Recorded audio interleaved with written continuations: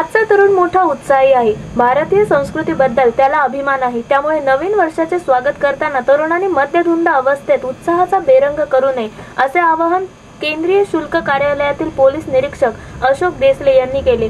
समाजाला मद्य हे हानिकारक असे आहे याचे अनेक उदाहरणे देऊन ते म्हणाले की जिथून मद्याचा पुरवठा होतो त्यावर अधिकाऱ्यांचे पूर्ण लक्ष आहे। 2 दिवसापूर्वीच एक संशयित मोटारसायकल ताब्यात घेण्यात आली। आमच्या कार्यक्षेत्रात मद्याची 120 दुकाने आहेत। तरुणांनी सध्याच्या परिस्थितीचे, महागाईचे आणि शेतकऱ्यांच्या आर्थिक स्थितीचे भान ठेवून अत्यंत उत्साहात नवीन वर्षाला सामोरे जावे। नवीन वर्षाच्या सर्वांना हार्दिक शुभेच्छा। Bureau report, India TV news. निरीक्षक राज्य काउन्सिल कल्याण, मी नवीन वर्षाच्या सर्व तरुण युवकांना हार्दिक शुभेच्छा देतो।